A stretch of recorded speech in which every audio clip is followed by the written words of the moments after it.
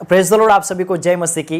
प्रिय, आज मैं आप सभी को एक गवाही बताने के लिए जा रहा हूं, जो कि एक अद्भुत गवाही है। एक जवान भाई की गवाही है। जब प्रियो उसने अपराध किया और उसके बाद उसको जेल में जाना पड़ता है, वहां पर परमेश्वर ने उसको दर्शन दिया और उसके बाद वो पश्चाताप करता है और उसके बाद वो जेल खाने में ही कई सारे लोगों को यीशु मसीह के बारे में वहां पर बताता है और प्रियो उसका जीवन पूरा परमेश्वर चेंजिंग कर देता है। मैं आप सभी को बताने के लिए जा रहा हूं, एक अद्भुत गवाही है। पूरा वीडियो को आप देखते रहिए। तो प्रिय, एक जवान लड़का था प्रियो, उसकी उम्र लगभग 13 साल की थी।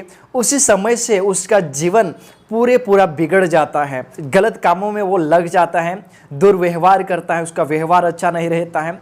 और जब वो 15 साल का होता है तो वो अलग अलग प्रकार का नशा करने लग जाता है और फिर वो अपने परिवार से भी दूर चले जाता है और फिर उसका पूरा व्यवहार बिगड़ जाता है और फिर वो नशे की लत में लग जाता है, अलग अलग प्रकार का नशे करने लग जाता है। उस लड़के का नाम था रॉय जोशा करके नाम था, कैलिफोर्निया का रहने वाला था, यूएस का है। तो फिर ये लड़का जो कि बचपन से ही बिगड़ जाता है, जवानी में पूरा नशा करने लग जाता है और नशे के कारण उसका जिंदगी पूरा बिगड़ जाता है। और फिर वो 12वीं क्लास में जब पढ़ता है तो उसका एक पूरा गैंगस्टर बन जाता है और अलग अलग जगह पर वो नशे का सेल भी करना शुरू कर देता है। फिर वो अपनी गवाही में बताते कि मैं जब 12वीं क्लास में पढ़ रहा था तो मेरे पास पैसा और सब कुछ था और फिर वो नशा जो कि एक दूसरे को बेचते थे और वो भी खुद भी नशा करते थे और फिर उनको महसूस होता है कि मेरा जीवन अभी पूरा बिगड़ गया, अब मैं सुधर नहीं सकता हूं। इस तरह से उसको लगने लगा और फिर उसके परिवार में उसकी दादी यीशु मसीह को जानती थी, यीशु मसीह पर विश्वास करती थी, वो चर्च में जाते थे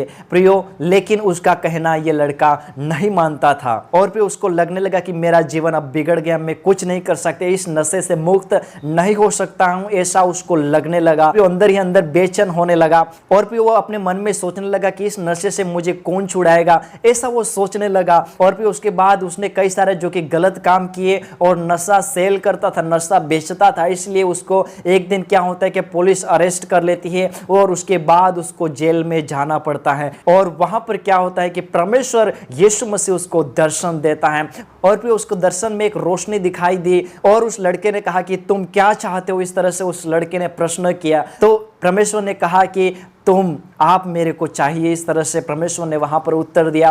और उसके बाद उस लड़के ने कहा कि मेरा जीवन तो पूरा बिगड़ा हुआ, मैं तो नशा करता हूं, मैं गलत काम करता हूं, इस तरह से उसने कहा। तो मुझे क्यों चाहते, इस तरह से उस लड़के ने कहा। तो परमेश्वर ने वहां पर उत्तर दिया कि मैं आप जैसे ही लोगों के लिए आया हूं, आप जैसे लोगों को बचाने के लिए आया हूं, इस तरह से उस लड़के को परमेश्वर ने कहा। तो प्रिय, उसी रात को परमेश्वर ने उसको दर्शन में बातचीत किया और फिर उसके बाद उसने जेल में से ही रहकर उसकी मम्मी को, उसकी दादी को कॉल किया और कहा कि मुझे यहां से छुड़ा कर ले जाओ। इस तरह से उसने कहा। उस जेल से उसकी दादी ने और उसकी माता ने जो कि छुड़ाया। और फिर वो लड़के ने पहले कहा कि मुझे चर्च में जाना, इस तरह से कहा। और फिर वो संडे के दिन चर्च में जाता है, उस दिन जो कि ईस्टर का दिन था। तो वहां पर जाकर अपना जीवन समर्पित करता है, यीशु मसीह को अपना उद्धार करता करके वो ग्रहण करता है। और फिर उसको महसूस होने लगा कि मेरे अंदर जो कि शांति आ रही, मैं नशे से छुटकारा पा रहा हूं, इस तरह से उसको महसूस होने लगा। और फिर वो प्रार्थना करता है और अपना पूरा जीवन जो कि यीशु मसीह को समर्पित कर देता है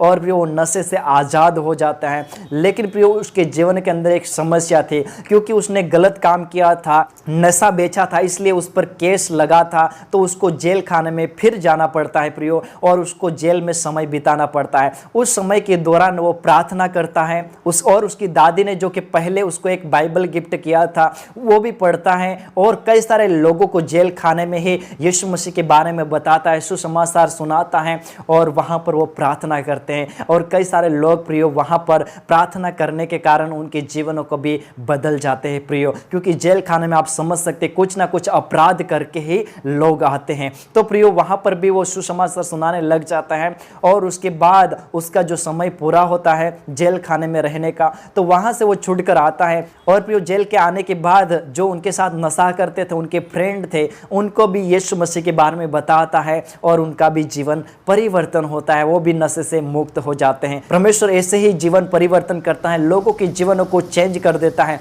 परमेश्वर आज भी जिंदा है। जिस तरह से पौलुस के जीवनों के अंदर परमेश्वर ने उसका जीवन परिवर्तन कर दिया था, लोगों को सताने जा रहा था, लेकिन परमेश्वर ने उससे बातचीत किया और उसके बाद उसका पूरा जीवन बदल जाता है। तो प्रियो, रोन का जीवन भी इसी तरह से बदल जाता है। परमेश्वर उसके जीवनों के अंदर काम करता है और प्रियो उसका पूरा जीवन बदल जाता है और सेवा करने लग जाता है। तो प्रियो, परमेश्वर आज भी जिंदा है। परमेश्वर हमारे जीवनों के अंदर भी ऐसा काम कर सकता है। परमेश्वर को अपना जीवन देना पड़ेगा, परमेश्वर हमारे जीवनों के अंदर कार्य करेगा। ये गवाही आपको कैसा लगा हमको कमेंट करके जरूर बताएं और शेयर भी जरूर करें ताकि लोग सुने और आशीषित होने पाए। आप सभी को परमेश्वर बहुत ऐसे आशीषित करे। God bless you all. जय मसीह की।